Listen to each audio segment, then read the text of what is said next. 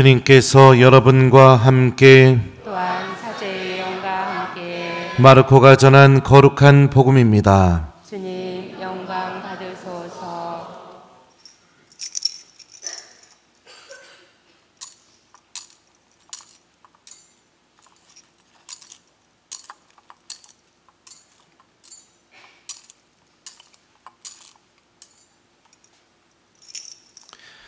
무교절 첫날 곧 파스카 양을 잡는 날에 제자들이 예수님께 스승님께서 잡수실 파스카 음식을 어디에 가서 차리면 좋겠습니까? 하고 물었다.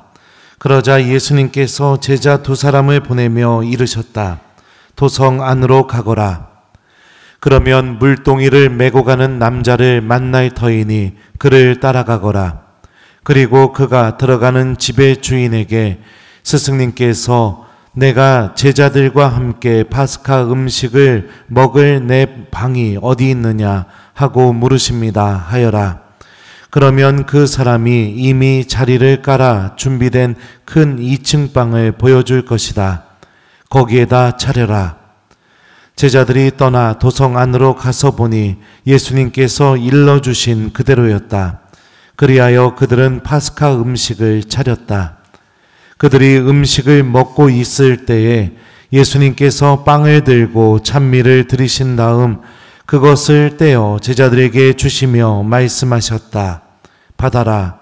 이는 내 몸이다. 또 잔을 들어 감사를 드리신 다음 제자들에게 주시니 모두 그것을 마셨다. 그때 예수님께서 그들에게 이르셨다. 이는 많은 사람을 위하여 흘리는 내 계약의 피다. 내가 진실로 너희에게 말한다. 내가 하느님 나라에서 새 포도주를 마실 그날까지 포도나무 열매로 빚은 것을 결코 다시는 마시지 않겠다. 그들은 찬미가를 부르고 나서 올리브 산으로 갔다. 주님의 말씀입니다. 그리스도님 찬미합니다. 오소서 성령님, 받아라. 이는 내 몸이다. 이는 많은 사람을 위하여 흘리는 내 계약의 피다. 안녕하세요. 우리 천년 성체 준비한 친구들 축하합니다. 네. 기도문 외우느냐고 힘들었죠? 네. 우리 아이들은 묵주기도도 바칠 줄 압니다. 환희의 신비부터 영광의 신비까지 전부 다. 아침 기도, 저녁 기도도 할 줄 압니다. 식사 전후 기도도 할 줄 알고 삼종 기도, 부활 삼종 기도도 다 할 줄 압니다. 이게 천주교 신자입니다. 이게 천주교 신자예요. 사랑하는 우리 주일학교 친구들 진심으로 축하하고요. 이제 예수님께서 우리에게 들려주시는 말씀에 귀를 기울여 봤으면 좋겠습니다. 음식은 아주 특별한 힘을 갖고 있습니다.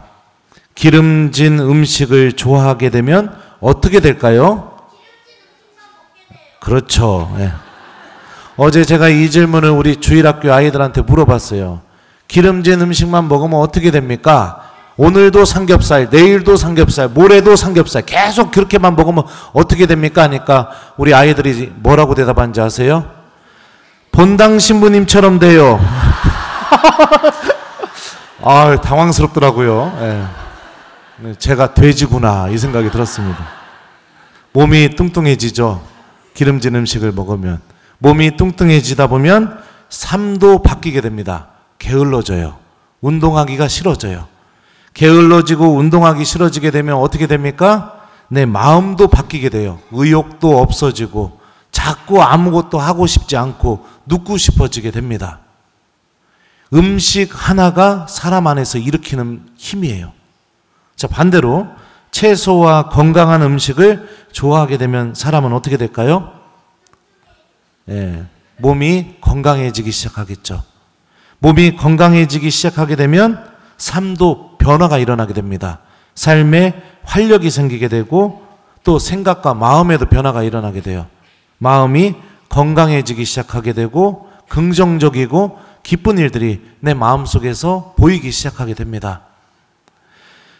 여기서 우리는 한 가지 중요한 사실을 알 수 있습니다. 음식, 우리가 배고픔만을 해결하기 위해서 음식이 그 배고픔을 없애주는 그 힘만 없애주는 게 아니라 음식은 우리들의 굶주림도 해결하면서 동시에 우리의 생명과도 직결되어 있고 삶의 방향까지 내 마음의 상태까지도 영향을 주는 힘을 갖고 있다는 걸 우리가 알 수 있죠.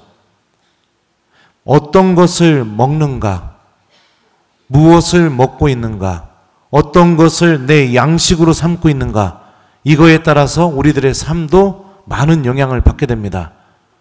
마찬가지로 예수님의 성체와 성혈도 똑같은 힘을 드러내게 됩니다. 성체와 성혈을 우리들의 영혼의 양식으로 삼게 되게 되면 놀라운 변화가 일어나게 됩니다. 기도하는 삶이 시작되고요. 하느님의 말씀이 그 사람의 생각과 삶에 빛이 되어주고 말씀이 들리기 시작하게 됩니다. 미사를 사랑하게 되고 영혼과 구원이 하느님 나라 영원한 생명을 바라보게 되면서 구원을 준비하는 삶으로 삶의 방향이 완전히 변화되게 됩니다. 우리 천년성체를 준비하는 아이들의 가정을 바라보면서 정말로 주님께서 이 아이들을 통해서 엄청난 일을 하고 계시다는 것을 저는 옆에서 많이 느꼈습니다. 기도가 사라졌던 가정에 기도하기 위해 촛불에 불이 다시 붙여지기 시작하게 되고 부모와 자녀들이 아이들과 부모가 자녀들과 함께 기도하는 일이 벌어지게 되었어요. 평일 미사에 나오지 않던 아이들이 부모와 함께 미사에 나오기 시작하게 되었고 미사를 사랑하게 되었습니다. 냉담하고 있던 가정이 그 아이의 신앙 때문에 성체를 모시려는 그 아이의 갈망 때문에 다시 신앙을 회복하게 되었고 부모가 자녀 때문에 고해성사를 보게 되는 일이 벌어졌습니다. 아이들은 하느님께서 주시는 구원을 바라보게 되었죠. 제가 우리 아이들에게 기도문 시험을 볼 때 질문했던 게 있습니다. 지금 다시 물어보죠. 우리 주일학교 친구들? 자, 대답 짧게 하면 천년성체 안 합니다. 천년성체를 하게 되면 어떤 일이 벌어질까요? 누가 나랑 같이 있게 될까요? 언제까지? 죽을 때까지, 영원히. 그러면 내가 잘못해서 죄를 지었으면 어떻게 될까요? 예수님은 그래도 나를 떠날까요? 아니면 어떻게 될까요? 기도 안 하면 그래도 떠날까요? 안 떠날까요? 맞아요. 예수님은 내가 죄를 저질러도 기도를 안 해도 안 떠나십니다. 영원히 우리들과 함께 있을 겁니다. 이 아이들이 이 대답을 할 때 제가 얼마나 깜짝 놀랐는지 모릅니다. 성체 성혈 안에 담겨 있는 이 놀라운 신비들을 아이들이 다 깨닫게 된 거죠. 여러분들 우리 성당 1층 로비에 아이들이 천년성체 초대한다고 크레파스로 그린 초대장 보셨죠? 거기에 천년성체 하고 싶은 이유를 애들이 적어놨습니다. 그 첫 번째가 뭐였냐면 예수님과 더 가까이 있고 싶어서, 그리고 복사도 설 수 있고 기도도 할 수 있고 그리고 또 그렇게 할 수 있어서. 근데 유독 제 눈에 들어왔던 이유 하나가 뭐였냐면 천년성체를 왜 하고 싶은가? 고해성사를 볼 수 있어서, 나 하느님한테 용서받을 수 있어서, 그 이유 때문에 천년성체 하고 싶답니다. 구원을 바라보고 하느님의 은총을 체험하지 않고서는 절대로 이 고백을 할 수가 없게 되겠죠. 성체와 성혈을 사랑하고 성체와 성혈 안에 살아계시는 예수님을 나의 양식, 내 영혼의 음식으로 삼았기 때문에 이런 일들이 벌어지게 됩니다. 받아라, 이는 내 몸이다. 이는 많은 사람을 위하여 흘리는 내 계약의 피다. 예수님께서는 분명히 당신의 몸과 피를 우리의 영혼의 양식으로 주시겠다고, 또 주고 계시다고 오늘 말씀을 통해서 우리에게 선포하고 계십니다. 많은 신앙인들은 그럼에도 불구하고 예수님의 몸과 피인 성체와 성혈을 자신의 양식으로 삼지 않습니다. 세상적인 것들, 돈, 물질, 이것을 양식으로 삼으니 삶이 어떻게 되겠습니까? 당연히 기도가 사라지게 되죠. 고해성사 보고 싶어서 영성치 하고 싶다는 그 아이들의 고백이 그 사람 안에서는 절대로 이루어질 수가 없죠. 왜요? 어둠 속에 있으니까. 주님 말씀도 들리지 않습니다. 영혼이 병들어가고 악의 지배를 당하고 하느님의 구원에서 떨어져 나가는 것도 바라보지 못합니다. 왜요? 빛을 바라볼 수 있는 영적인 음식을 전혀 먹고 있지 않기 때문에, 그걸 내 양식으로 삼지 않고 있기 때문에 하느님과 함께하는 거, 그 모든 게 내 삶에 방해가 되는 겁니다. 근데 예수님이 말씀하셨잖아요. 사람이 온 세상을 얻고도 자기 생명을 잃으면 무슨 소용이 있겠느냐. 그 말씀이 자기 자신을 향해서 주님께서 주시는 말씀이라는 것도 전혀 못 느껴요. 왜요? 양식이 예수님이 아니기 때문에.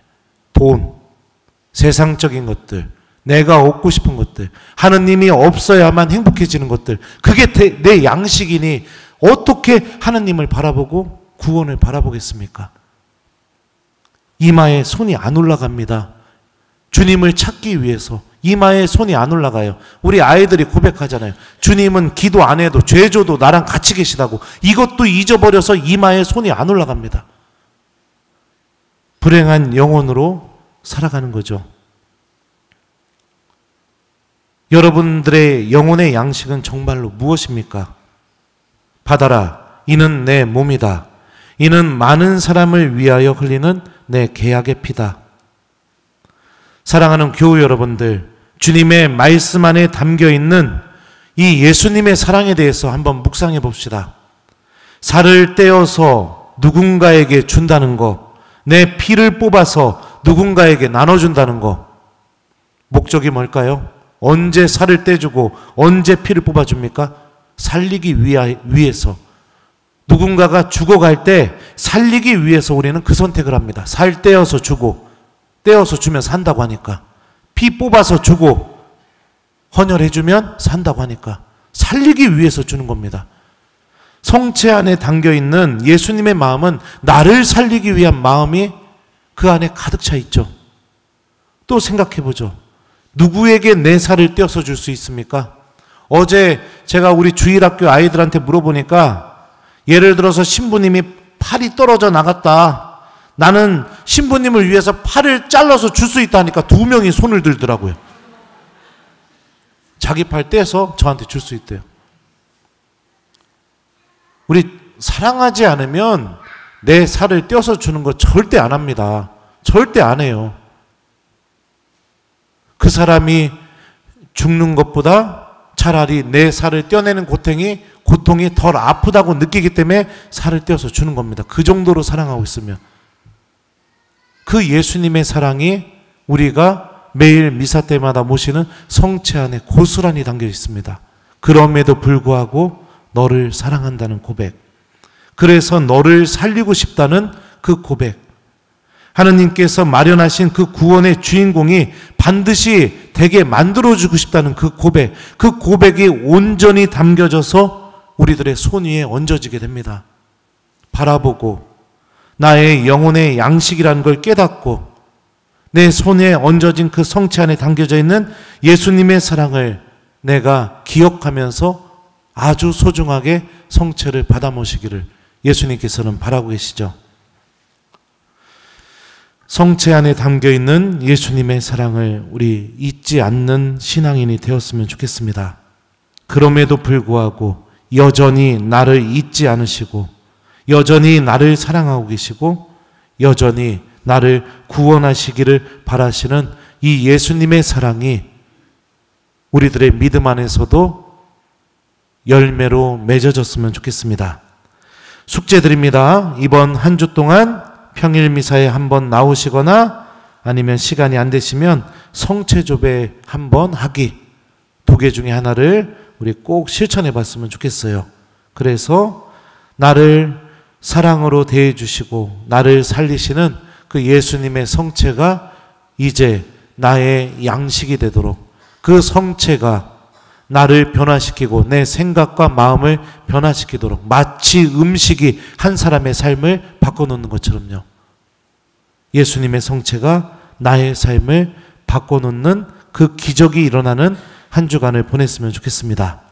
받아라, 이는 내 몸이다.